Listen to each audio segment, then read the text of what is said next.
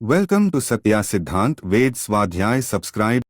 तो देखिए, छोटी वस्तु का आनंद क्योंकि बड़ी वस्तु से बड़ा प्रीति है। अगर जितने भी प्रकार के संसारिक गृहस्थ के आनंद होते हैं, इत्यादि आनंद होते हैं, प्रीति से होते हैं। प्रीति नहीं तो बड़ा आनंद नहीं तो छोटा आनंद भी नहीं होगा। तो सबसे बड़ा आनंद प्रीति का आनंद है, सबसे बड़ा आनंद आत्मा का आनंद है। तो योग वही है कि संयोग वियोग किससे होना है? आत्मा से अलग होकर परमात्मा की होना। दो समान वस्तु वायु की तरह आत्मा परमात्मा समान गुण वाले, उनसे मेल होना है। इससे शरीर को आत्मा की ओर ले जाते हैं, उस परमात्मा की ओर जाना। चाहे छोटे में भी हानि करेंगे, इस शरीर को भी अहित करेंगे, इसलिए शरीर का भी। इसलिए इस निराकार बड़ा है, निराकार आकार सीमित है, निराकार असीमित है।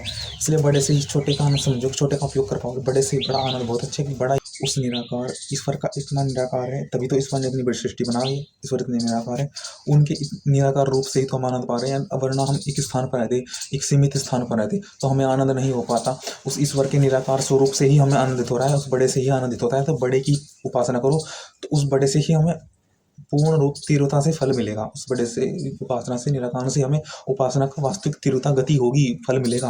अन्यथा आपको अन्यथा आप उस चक्र में रहोगे। उस स्वर का निराकार स्वरूप है, उस बड़े से ही आप। तो देखिए, व्यक्ति को आनंद तभी होता है क्योंकि देखो आनंद है।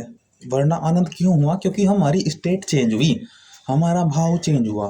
वरना एक स्थान पर रहते हुए तो वैसे तो हम हैं ही, और अब भी हम ही हैं। अगर हम 1 मिनट कुछ क्षण बाद हम ऐसे अलग अनुभव हुआ, तो अर्थात वो नया आनंद है। कुछ क्षण बाद हमें कुछ और आनंद हुआ ना, अर्थात वो कुछ अन्य हमें कुछ आभास हुआ है।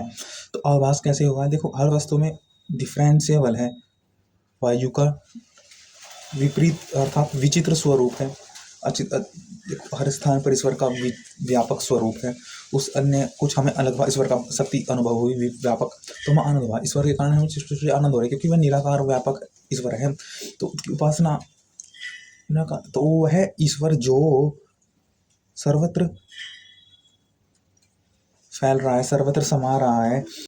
तो वायु के साथ हमें प्राप्त हो रहे होते हैं, वायु के साथ हमें कुछ प्राप्त हो रहा होता है। जैसे कि विद्या वाला विद्या प्राप्त कर रहा होता, शिक्षा वाला राज्य वाले संग्राम लड़ रहे होते राजाएं। ये वेदों में कहा गया है कि वायु से हमें प्राप्त होता है, अर्थात भेद करती है। हम कुछ चल भी रहे हैं तो हमें निरंतर अलग अलग वायु के झोंके प्राप्त हो रहे हैं, तो भेद कर रही है ना वायु, तो निरंतर आनंद आता है। अर्थात यह वायु ऐसी चली और तीव्र गति से वायु चली, हमें जैसे कि हम फिरते हैं जल के किनारे, वायु के झोंके हमें आनंद प्रतीत होता है। ठंडी हवा चलती है हमें, और प्रकृति के निकट जाते हैं, प्रकृति के पास जाते हैं, जंगल इत्यादि में प्रकृति के ध्यान, तो हमें और आनंद प्रतीत होता है क्योंकि वह प्राप्त कराने वाली है, तो कुछ प्राप्त कर रही होती है, आभास दे रही है, भाव दे रही है। तो वायु की शक्ति यही है, इससे इस निराकार ईश्वर की उपासना करने वाले उन्नति प्राप्त। तो चलिए प्रारंभ करते हैं। देखो, मूर्ति पूजा में देखो दोष है। देखो, अगर व्यक्ति के पास कुछ शरीर है तो शरीर से व्यक्ति दोष करेगा, कभी न कभी अविद्या में आएगा जब तक शरीर है। देखो, ईश्वर तो पाप रहित है। पाप रहित क्योंकि वह छिद्र रहित है, शरीर रहित है। इसलिए वेदों में असनाविरम कहा गया है कि छिद्र नसनाडियों से भिन्न है। क्योंकि देखो, जिनसे जो व्यक्ति की कर सकता है, क्योंकि देखो शरीर से अच्छा भी कर सकता है, बुरा भी हो सकता है, उसके साथ बुरा भी वह कर सकता है। देखो, जैसे कि हमारा शरीर है, हम इसकी शक्तियों को देखेंगे तो हमें बुराई का एक कारण भी बन सकता है कि देखो हमारे में इतनी शक्ति है, इससे हम इस दुविधा में हम इससे लाभ ले सकते हैं, इससे हम ये कार्य कर सकते हैं जो अनुचित है, इससे हम ये लाभ ले सकते हैं।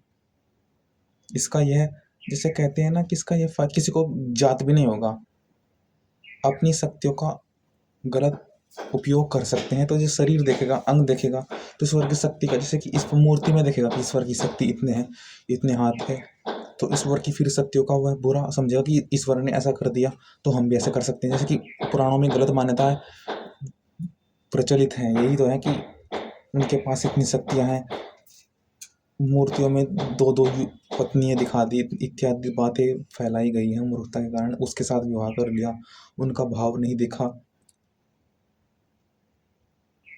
उन्होंने चक्र हाथ में धारण कर रखा था कि रक्षा करने के लिए, परंतु शस्त्र से व्यक्तियों को मारते हैं कि वे भी बंदूक धारण करते हैं, हम भी बंदूक धारण करते हुए गोली चलाते जाएंगे। अर्थात देखते ही ताकत से दोष आता है। हम इन अवयवों से हमें निर्मित होना है, इन अंग इत्यादि से। तो अपनी शक्ति देखोगे, उसका गलत उपयोग करोगे, अपने शरीर देख रहे हैं तो ईश्वर तो इन सब से निराकार स्वरूप है ईश्वर का, उसको पूजा करेगा जो वह सब दोषों से सर्वथा पृथक रहेगा। हमारी अपनी अंग देख कर ही हमें दोष आ सकता है, तो ईश्वर में जब दोष देखते हैं, और एक पुराणों में ये भी है कि एक मूर्ति वाला दूसरे कहता है कि दूसरे की पूजा करेगा नरक में जाएगा, तो इसलिए कोई ना कोई सब तो नरक में जाएगा जो मूर्ति पूजा कर रहा है, क्योंकि दोष उसमें सदा विद्यमान रहेंगे।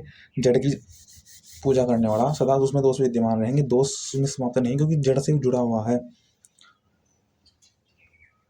दोष से जो दोषों से वह जुड़ा हुआ है।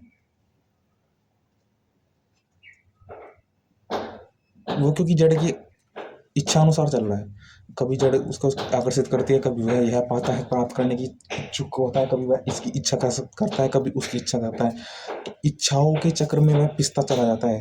उसको जता नहीं कि अच्छा कि किस लिए किया, उसको यह भी ज्ञात नहीं, उसके चक्र में फंसा हो, फिर बुरा भी उसने क्यों कर दिया उसको यह भी ज्ञात नहीं, उसके चक्र में भी वो फंसा। शरीर को अवयव देखते हैं, मूर्ति पूजा करने वाला जड़ की जड़ में फंसता है, एक घुसता है। कहते हैं कि इतनी पूजा की ईश्वर की कुछ भी प्राप्त नहीं हुआ, अर्थात वो समय व्यर्थ कर रहा है जो मूर्ति पूजा कर रहा है, अर्थात वो उसमें पिस रहा है, वो पिस रहा है बुराई में और फिर होगा, क्योंकि और दुखी होगा, क्योंकि इतनी पूजा की, इतनी शक्ति देखी ईश्वर की, परंतु ईश्वर हमारी वो शक्ति हमारे पर निछावर नहीं कर रही, हमारे पर उसका ईश्वर की पूजा शक्ति का भला नहीं हो रहा, तो शक्ति का क्या लाभ, तो फिर दुष्टता करता है, तो शक्ति का अर्थात यही है कि उसके चक्कर में फंसता जाता है वो, फिर वह कुछ अन्य कर्म करता है।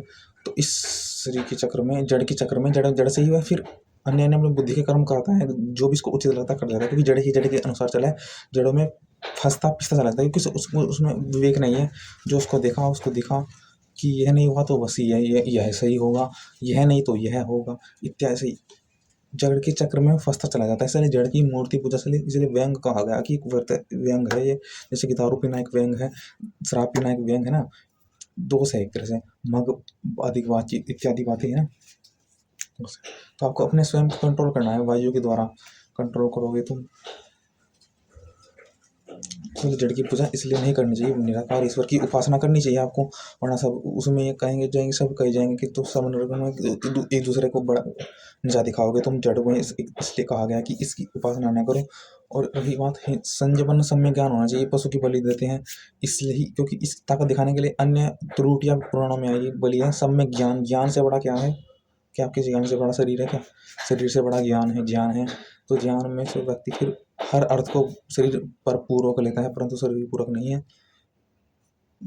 ज्ञान पूरक है।